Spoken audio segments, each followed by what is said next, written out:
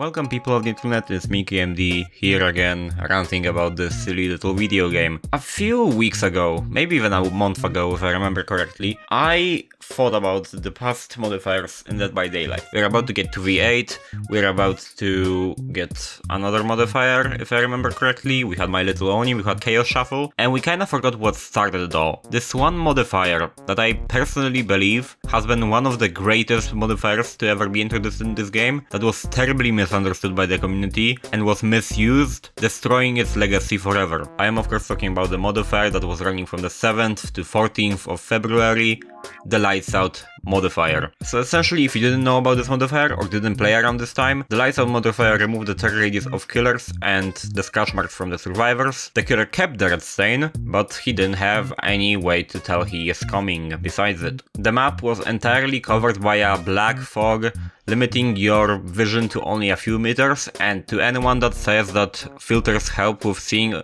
no, they did not, because the fog was a texture that was laid in front of your view. Even if you use the brightest filter known to man, you would still not get to see further than a few meters ahead, because the fog, as I said, was a texture. It wasn't a particle that you could just remove with reshade. The generators had a 3% of progress instantly done at the beginning of the trial, so the survivors could find them with audio and didn't have to see them to find them, because you could hear a bit further than your character could see. Additionally, there was no loadouts in this modifier, so if the survivors wanted items, they could find them in chests, which have been multiplied in terms of spawn rates and also have been stripped of uncommon and common items to increase the spawn rates of better items which you could unlock by the Blood Web. If the DBD wiki helped me correctly, the rare items had a 50% spawn rate in chests, very rare items had a 30% spawn rate in chests, and iridescent items had a 20% spawn rate, to mitigate the loss of the loadout.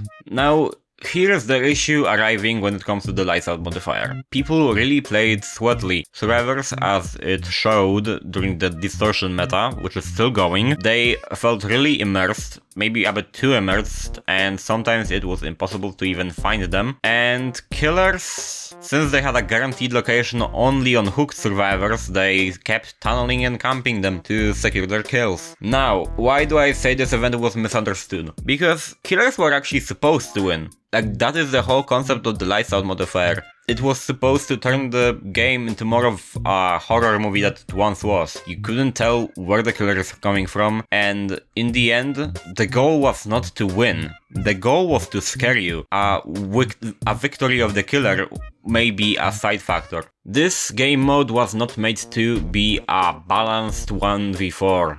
This game mode was made to be immersive. This game mode's purpose was to scare you, and the killer winning was only a side effect. Like, the DBD community didn't understand that this game mode was not focused on the 1v4 like they're used to.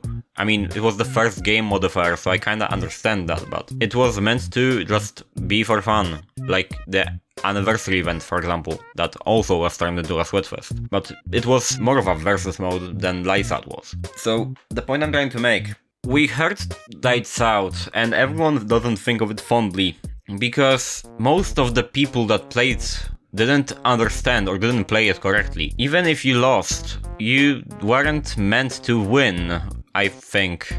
In my personal opinion, the game mode was killer-sided by design, because it was meant to provide you with scares. You're meant to be the scary guy, and your victims, or the opposite side, was meant to be the scared guys, okay? Like, the whole point was to be in a horror movie for once in 8 fucking years that we didn't have that. And it really hurts, because funnily enough, Lights Out was my favorite game modifier to ever release into the game for now. And I know I won't change anything by making this video most likely, because I'm a small channel, but I wish the community really picked up my mindset about this modifier, and maybe it would come back one day, but looking at the reactions and sometimes the stubbornness of it, I'm not really expecting a change, but hey, what I can do. Now, I don't really have anything else to say. It was a short video, but something that I wanted to let go and just tell everyone how I felt about this modifier. I hope you liked this kind of short video, and I hope that I will see you in the next one next week. See you, goodbye,